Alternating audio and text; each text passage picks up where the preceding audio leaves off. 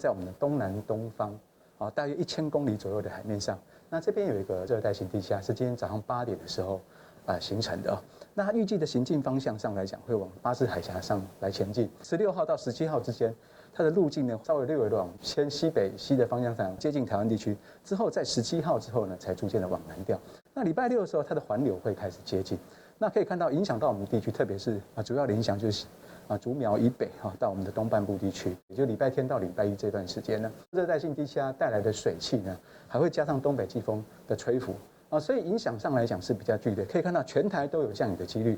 那在桃园以北东半部地区呢，还有可能出现局部性的大雨或者是豪雨。那其中在东北部地区，东北部地区跟北海岸的部分呢，还有可能出现豪雨等级以上的雨势。